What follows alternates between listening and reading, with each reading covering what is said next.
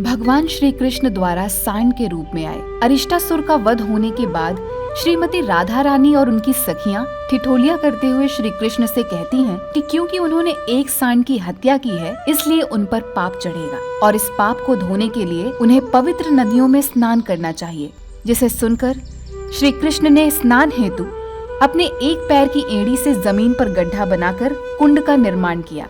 फिर उसे जल से भरने के लिए कुछ पवित्र नदियों का आवाहन किया, जैसे कि गंगा, यमुना, सरस्वती, नर्मदा, गोदावरी और कावेरी। इसके बाद उन्होंने स्वयं इस कुंड में स्नान किया, जिससे इसका नाम हुआ श्याम कुंड। इसे देखकर श्रीमती राधा रानी ने भी अपने कंगन से एक कुंड का निर्माण किया, जहां यही पवित्र नदियों ने अपने जल से कुंड को भर दिया और इस प्रकार निर्माण हुआ सबसे सुंदर राधा कुंड का।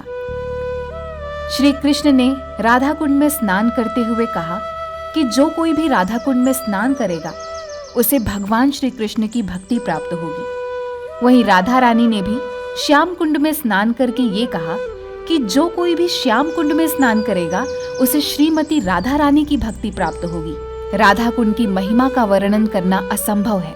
यह लीला आज से 5000 वर्ष पूर्व हुई थी और समय के साथ कई लीला स्थलियां लुप्त होने लगी। कलयुग में भगवान श्री कृष्ण श्री चैतन्य महाप्रभु के रूप में कलयुग के जीवों का उद्धार करने आए।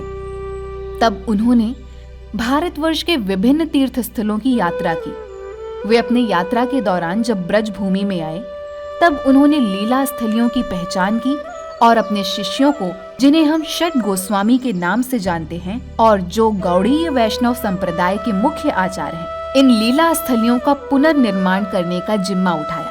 इस प्रकार आज ही के दिन श्री चैतन्य महाप्रभु ने राधा कुंड को जगत के सामने पुनः प्रकट किया और षट गोस्वामियों में से एक रघुनाथ दास गोस्वामी ने राधा कुंड का निर्माण पुनः किया।